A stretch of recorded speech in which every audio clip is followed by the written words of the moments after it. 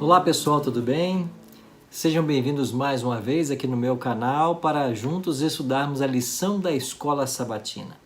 Todas as terças-feiras às 8 da noite a gente busca postar aqui uma breve recapitulação da lição da semana. E nós chegamos agora ao a terceira semana, né, desse segundo trimestre, onde estamos estudando sobre a aliança eterna de Deus. Vimos na semana passada um breve resumo do trimestre, vimos os componentes da aliança e hoje então vamos começar falando um pouquinho sobre a aliança que Deus fez com Noé. E o tema aí, para todas as gerações, é o título da lição dessa semana, para todas as gerações. Vamos então conhecer um pouquinho mais da história de Noé e da aliança que Deus firmou com ele e como Deus esperava que através de Noé todas as gerações fossem abençoadas, tá bem? Antes, porém, eu não posso deixar de convidar você para se inscrever aqui no meu canal, deixar o seu like, ativar o sininho para você receber todas as notificações, todos os vídeos que a gente prepara e posta aqui semanalmente, tá bem?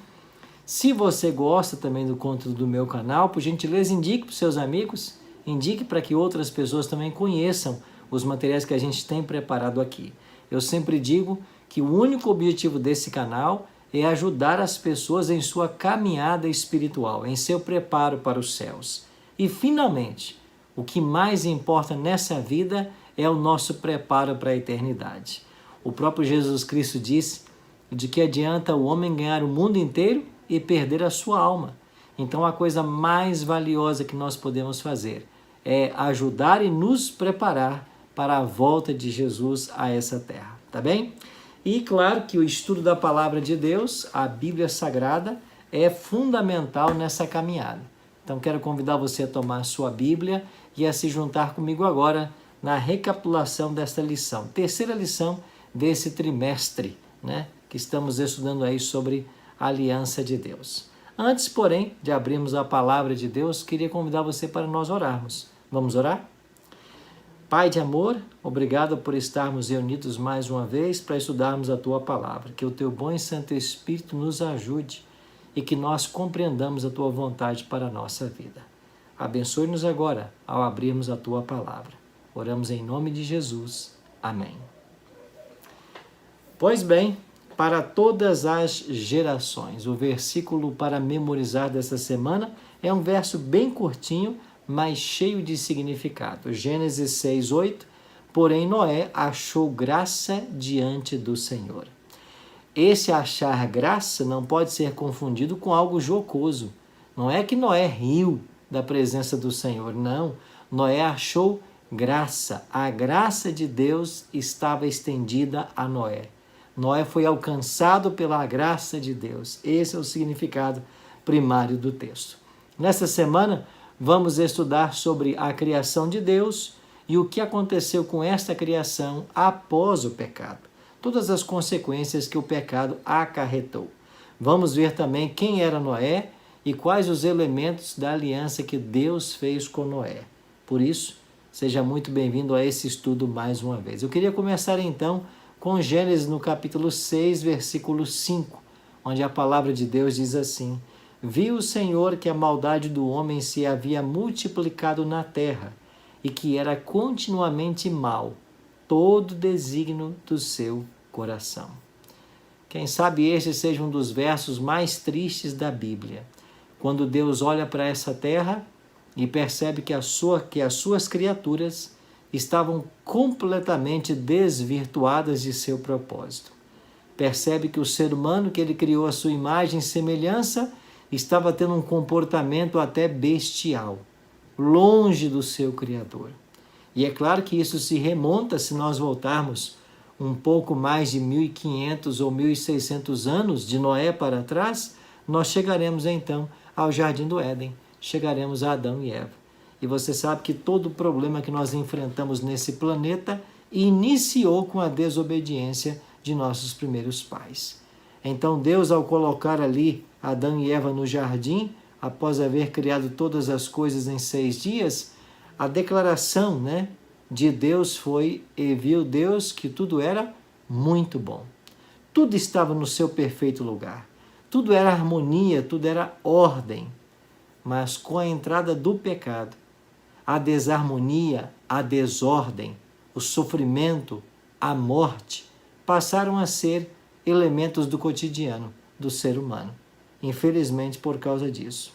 E embora a Bíblia não apresente muitos detalhes, a transgressão e a rebelião estavam claras diante de um Deus de amor, que era paciente, que era perdoador, mas essa geração havia se corrompido a tal ponto que Deus resolveu dar fim a esta criação.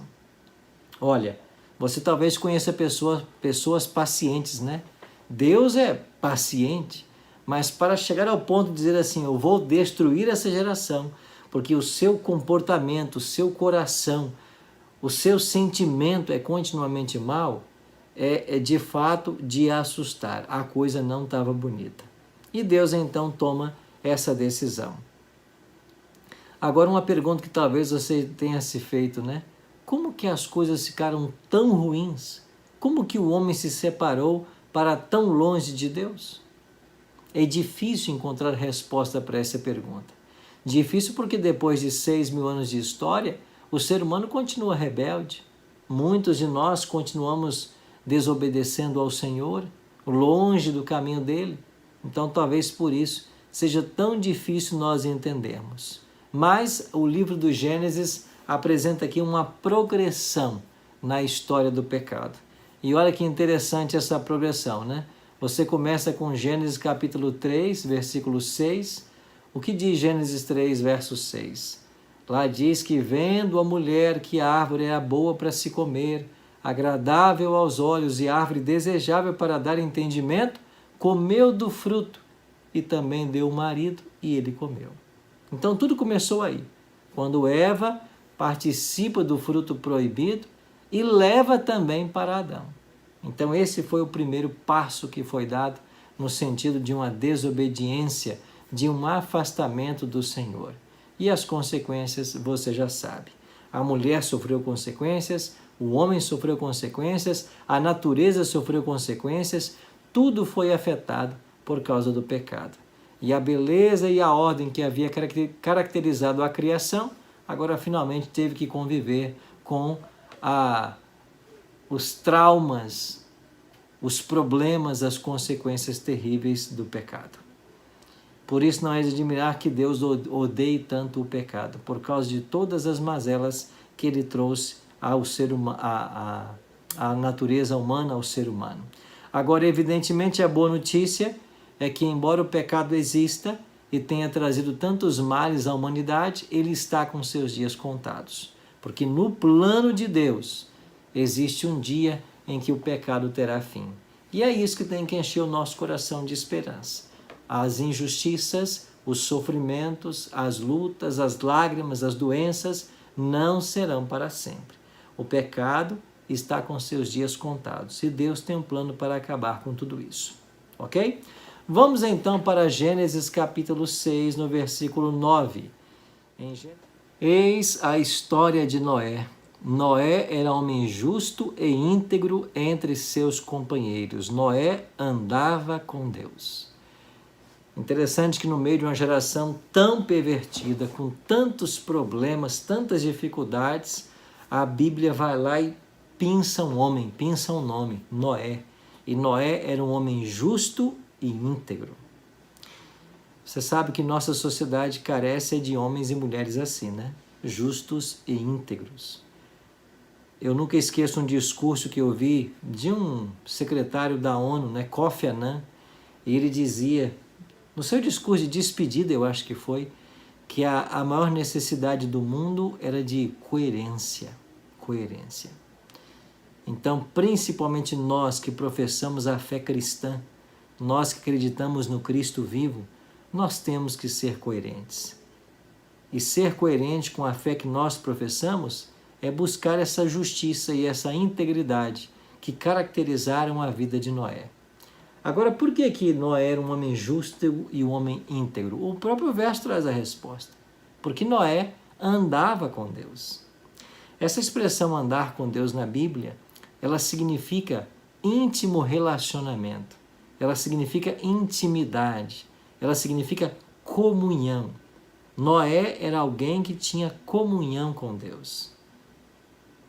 E esta é uma dificuldade nossa hoje, porque nós vivemos num mundo tão corriqueiro, temos uma vida tão agitada, que separar tempo para a comunhão é um desafio diário. Eu digo isso porque eu tenho 3 filhos pequenos, né? E talvez seja essa a sua realidade também. Eu tenho um filho com 3 anos, um com 5 e um com 7 agora. Não é fácil você ter que dar atenção à família, aos compromissos de trabalho, aos projetos pessoais, de estudos, etc., e ter tempo para a comunhão. É um desafio diário. Mas olha, esse era o segredo da vida de Noé. Ele tinha diariamente comunhão com Deus, ele andava com Deus. Interessante que essa expressão andar com Deus vai ser usada mais tarde para um outro homem, né? Enoque. Enoque andou com Deus, né? Não sei se mais tarde ou mais cedo, né? Mas Enoque também andou com Deus e Deus o tomou para si. Então eu e você carecemos dessa característica de Noé, andar com Deus. Ele era íntegro, era justo, ele tinha um relacionamento salvífico com o seu Senhor. Era alguém em quem Deus podia operar, alguém que o ouvia, obedecia e nele confiava. Interessante que aqui nós voltamos ao verso principal da lição. Noé achou graça diante de Deus. A palavra graça ocorre aqui pela primeira vez na Escritura, no verso áureo dessa semana, e claramente possui um significado especial.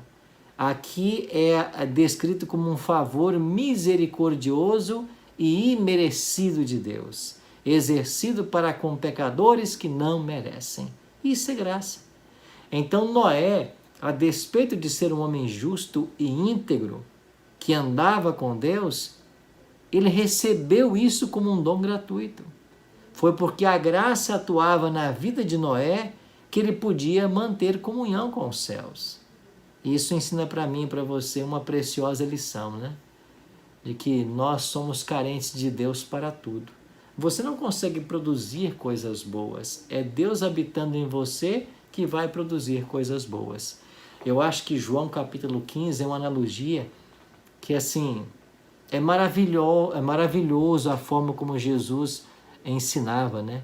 Ele dizia assim: vós sois os ramos e eu sou a videira. Quem não estiver ligado a mim não pode produzir bons frutos, assim como um galho ou um ramo não pode produzir frutos se não estiver ligado ao tronco. Você já encontrou por aí um galho de manga quebrado, arrancado, separado do pé de manga? Impossível esse galho dar frutos e esses frutos crescerem e maturarem. Impossível. Por quê? Porque este galho não tem a conexão necessária para alimentar-se ou para tirar todos os nutrientes, a seiva, tudo aquilo que alimenta a planta, se ele não estiver conectado com o galho, com o tronco. Então, um galho separado, impossível. Você e eu separados de Cristo, impossível andarmos na presença dele e sermos justos e íntegros como Noé. Eu acho que a grande lição que fica para mim e para você na paz de segunda-feira é que nós temos que, como Noé, valorizar a questão da comunhão, do andar com Deus. E à medida que nós aprofundarmos a nossa caminhada, melhores serão os nossos frutos, não é isso? Porque assim estaremos ligados à videira. E Deus então resolve estabelecer uma aliança com esse homem. E aqui em Gênesis 6:18 nós lemos, Gênesis capítulo 6, verso 18. Contigo, porém, disse Deus a Noé, estabelecerei a minha aliança. E aqui aparece, né, a aliança de Deus com Noé. Entrarás na arca tu e teus filhos e a tua mulher e as mulheres dos teus filhos. Então aqui você tem o quadro de Noé entrando em aliança com o Senhor, ou o Senhor fazendo uma aliança com Noé. Deus disse que destruiria aquela geração toda, mas queria fazer uma aliança com Noé. Queria usar Noé. Então aqui você tem Deus valendo-se de um servo dele para alcançar outras pessoas. Essa era a intenção divina. Agora, interessante que Deus e os homens entram num acordo, e isto é aliança. No entanto, existem mais elementos do que inicialmente salta aos nossos olhos. Existe o elemento da obediência humana, que é o ingrediente da aliança. Vimos semana passada aí, está lembrado? Qual era o ingrediente do humano aqui? A obediência. E qual era a obediência de Noé? Construir um barco. Construir um barco por um dilúvio que viria no momento em que na terra não chovia. Ninguém sabia o que era chuva. Exigiu fé, não é verdade? E que fé, né? Imagine você começar a construir um barco, sendo que nunca havia chovido. Começar a pregar que a terra toda será coberta de um dilúvio, sendo que nunca eles haviam testemunhado uma gota cair do céu. Mas aqui entrou a questão da obediência. Então a aliança tem esses elementos. Por parte de Deus, é a promessa de salvar o homem, salvar Noé, sua família, e é claro, todos aqueles que aceitassem em algum momento o convite que Noé faria. Por parte do homem, de Noé no caso, era a obediência, era construir o barco, certo? E aonde está aqui a visão de salvação, plano de salvação nessa aliança? Porque nós vimos semana passada que eram 3 elementos, ou a aliança possuía 3 elementos, né? O compromisso divino, a promessa divina, a resposta humana, a obediência, e o plano da salvação, ou a vinda do Messias, né? Para coroar esta aliança. E aqui nós temos claro aqui a questão de salvação, o estar dentro da arca ou não, o entrar na arca ou não. Aquela arca era um símbolo de salvação. O plano da salvação foi pregado dessa maneira. Quem entrar na arca vai se salvar, quem não entrar vai se perder. Essa era a mensagem para os dias atuais. Esta era a verdade presente para os dias de Noé. Virá um grande dilúvio e quem não atender finalmente será destruído, certo? Então Deus fez essa aliança com Noé. Mas Deus não só fez aliança, como ele deu um sinal. E qual foi o sinal? Gênesis 9, 12 e 13, eu queria ler com vocês esse texto. Gênesis capítulo 9, olha para o verso 12 e o verso 13.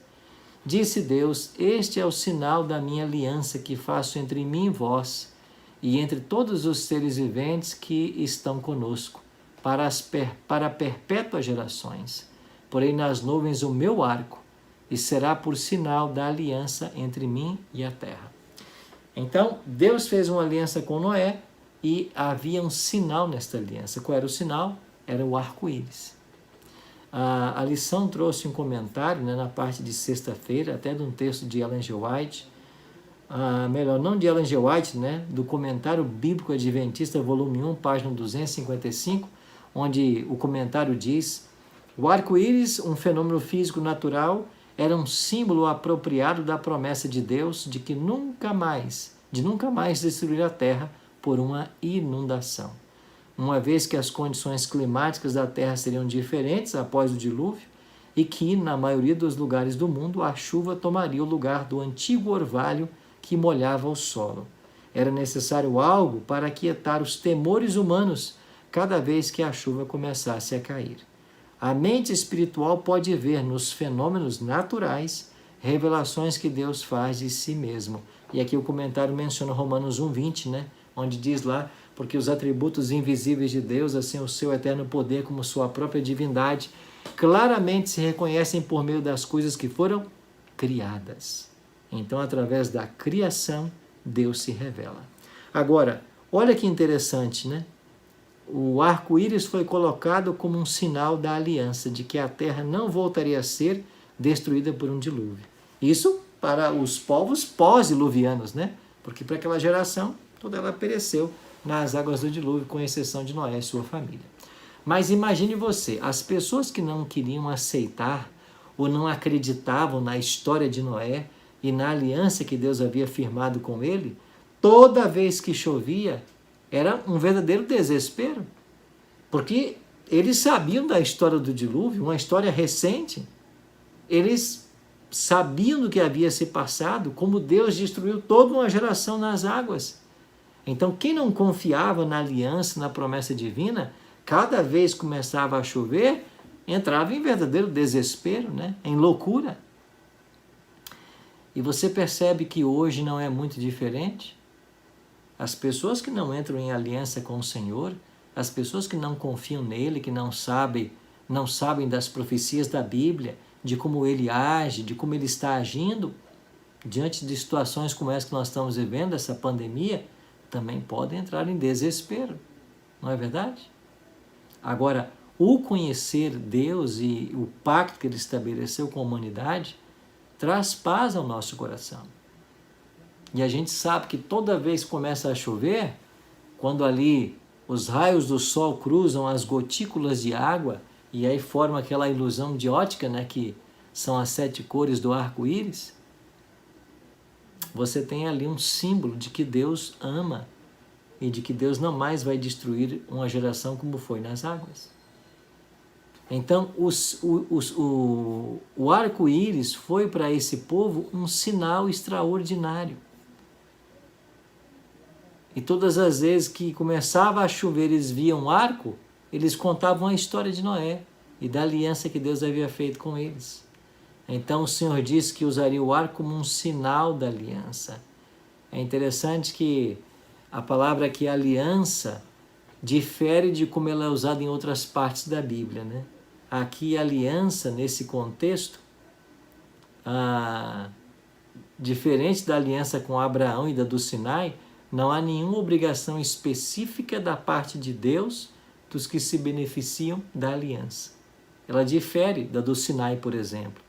Nós vamos ver isso mais para frente, mas está lembrado que quando Deus faz aliança com Moisés no Sinai, essa aliança é ratificada com sangue que Moisés asperge sobre o povo, e o povo diz assim: tudo o que o Senhor falou faremos e obedeceremos. Poucos dias se passaram e o povo estava idolatrando um bezerro de ouro.